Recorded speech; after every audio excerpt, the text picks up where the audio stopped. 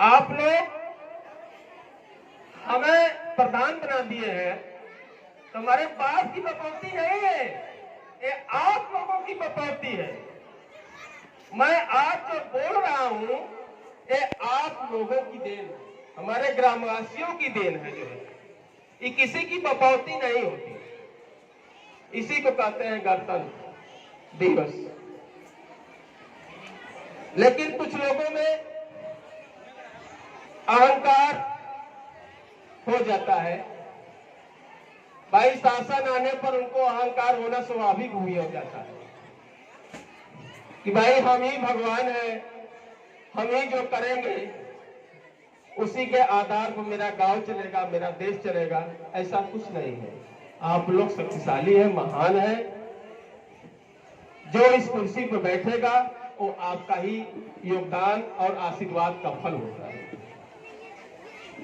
आजकल कुछ लोग कहीं हम कार्यक्रम में जाते हैं तो आप पड़ोसी हैं। कुछ लोगों को शराब पिला करके हमें गाली दिलवाते हैं। जानते हैं क्यों गाली दिलवाते हैं? पिसिया साले का किसी भी तरह से असम्मान हो जाए, उसके अंदर शासन का अहंकार आ जाए और उस शासन के अहंकार में उसको कुछ बोले, गाली दे, मार दे, पीट दे, तो कम से कम कहने का हो जाएगा कि भाई वो तो शराब पिया था। आपके साथ में आप और आपके साथ में रहने वाले व्यक्ति क्या वो शराब पिए थे? आप तो नहीं शराब पिए थे। अरे भाई वो गलत कर दिया, शराब पी लिया था, आपसे उलझ गया, गाली दे दिया, तो कहा आपका यही कर्तव्य था कि किसी के दरवाजे पर उसके यहाँ कार्यक्रम है, उस कार्यक्रम में आप जो जाकर के खलल डाल दे। ऐसा किया जा रहा है हमारे साथ। लोग कहते हैं कि ठाकुर गाली देते हैं, मरवाते हैं, पिलवाते हैं, शराब पिलाते हैं। ब्राह्मण मारते हैं, पीटते हैं, रहने नहीं देते, शराब पिलाकर गाली देते हैं। मैं आप लोगों से एक बात पूछना चाहता हूं, यहाँ पर अपने गांव में कितने ठाकुर, कितने ब्राह्मण किसको दारू पिलाकर गाली दिलवा रहे हैं? किसको खाली गाली? तो यहाँ के ओबीसी की लोग ही दारू पिला करके ओबीसी को ही गाली दिलवा रहे हैं। हम आप लोगों से पूछना चाहिए, कौन दारू पिला रहा है? किसको पिला रहा है दारू? ब्राह्मण पिला रहे हैं, ठाकुर पिला रहे हैं। लेकिन एक बदनाम करने का, कूटनीति करने का एक तरीका है जो कि हमारे आपके बच्चे को, हमारे आपके समाज को दारू पिला करके पीढ़ियों को बर्बाद किया जा रहा है, नौकों को बर्बाद किया जा रहा है। तो लेकिन दारू पिलाने वाले व्यक्ति समझ जाए, इस मंच के माध्यम से उन लोगों को मैं कहना चाह रहा हूं कि समय आने पर हमारे गांव की जनता ना अबोझ बनता नहीं है। सब समझ रहे हैं, जान रहे हैं, समय आने पर उनको मुंहतोड़ जवाब मेरी जनता देगी। ये मेरी जनता उनको मुंहतोड़ जवाब देगी समय आने पर।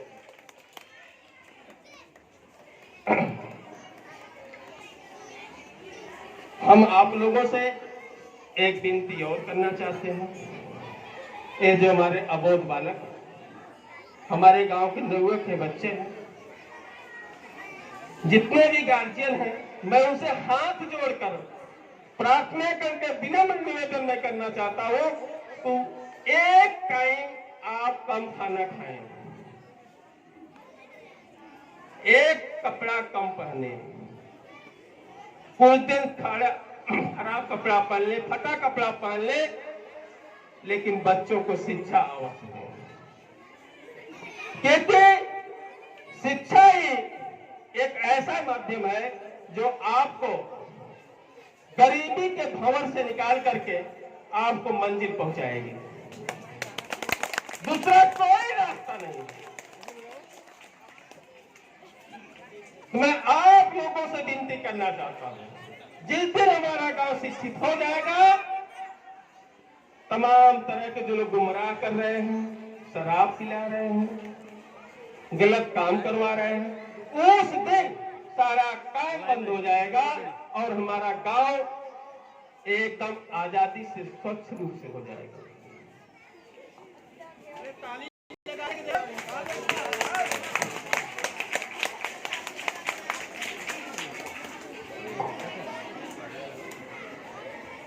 मैं हमारे बीच में आज हमारे एक अभिन्न मित्र माननीय शंकर गिरी जी का तबीयत खराब हो जाने के कारण इस प्रांगण में नहीं आ पाए हैं, क्योंकि उनकी तबीयत थोड़ा ज्यादा खराब हो गई है। मैं चाहता हूं कि आप लोग थोड़ा सा उनके लिए एक बार ताली बजा देंगे। दूसरी चीज, हमारी बच्चियां अभी स्वास्थ्य पर, स्वच्छता पर उन्होंने एक नृत्य किया। मैं लगभग 80 से 90% गांव की गंदगी को दूर कर दिया। नाला बनवा करके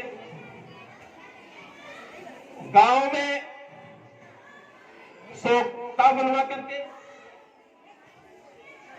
किसी न किसी तरह से मैंने कोशिश किया कि ज्यादा से ज्यादा गांव की गंदगियां दूर हो जाए। और अभी अनवरत ये अभियान मेरा चलता है। आप लोग दिमाग लगाकर देखिए, गंदगी ऐसे जगह है जहां शिक्षित लोग, सामाजिक लोग हैं, उन्हीं के यहाँ हम देख रहे हैं गंदगियां कुछ है। और तो जो अनपढ़ बेचारे हैं,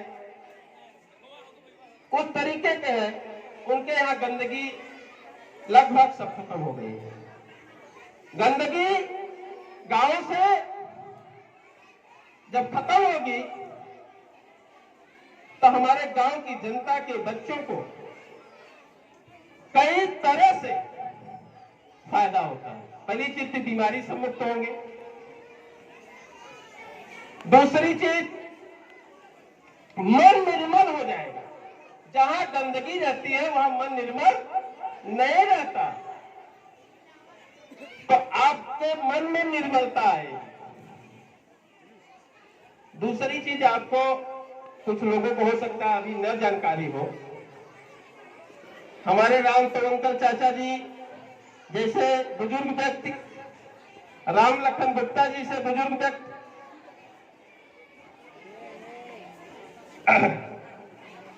पुष्ट दर पुष्ट से हमने लोगों से पूछा कि पांडे जी की बगीचे में क्या हमारे गांव की जमीन थी?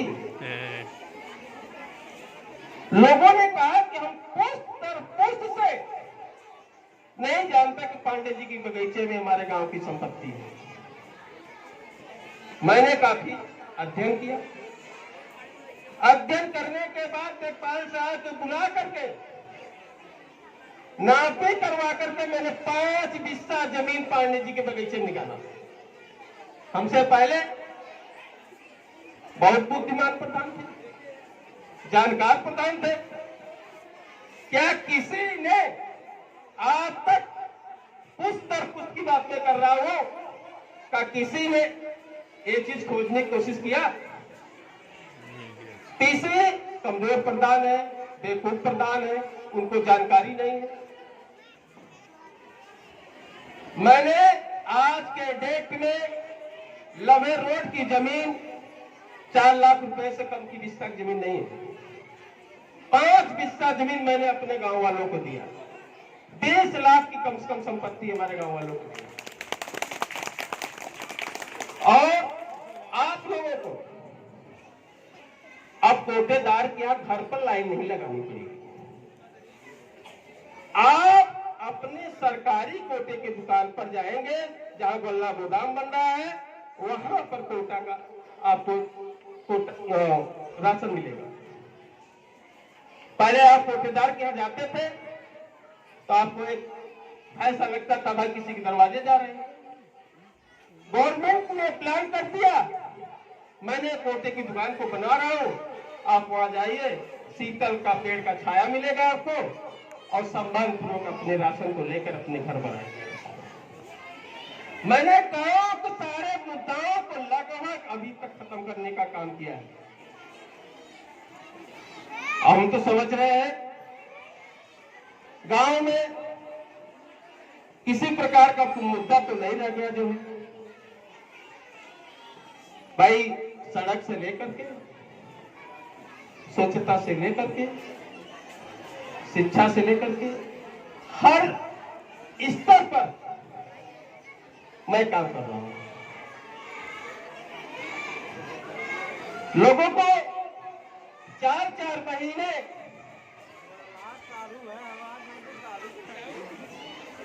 दूसरे रास्ते से, बहु बेटियों को दूसरे रास्ते से कैसे जो है आती थी, पानी में गिर जाती थी, पेट में बच्चा होता था,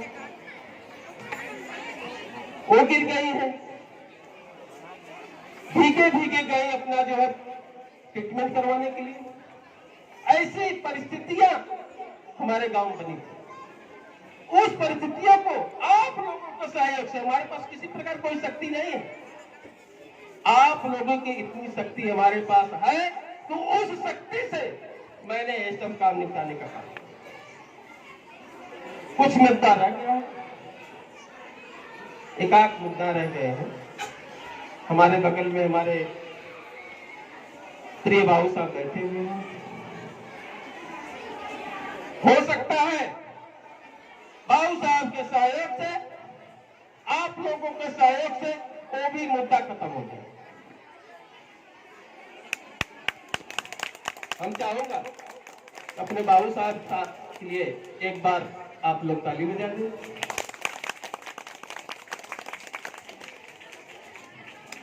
और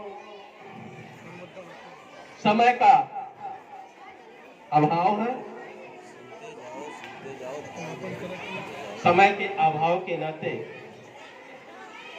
मैं एक बार अपने गांववासियों, माताओं, बुजुर्गों, भाइयों, नेताओं से एक हाथ जोड़कर प्रार्थना करना चाहता हूं कि बच्चों को किसी भी दिशा में शिक्षा दें, चाहे एक टाइम उनको उपवास ही क्यों न करना पड़े। इसी के साथ मैं अपने वाणी को विराम देता हूं। जय हिंद, जय भारत। बहुत बहुत धन्यवाद। आदरणीय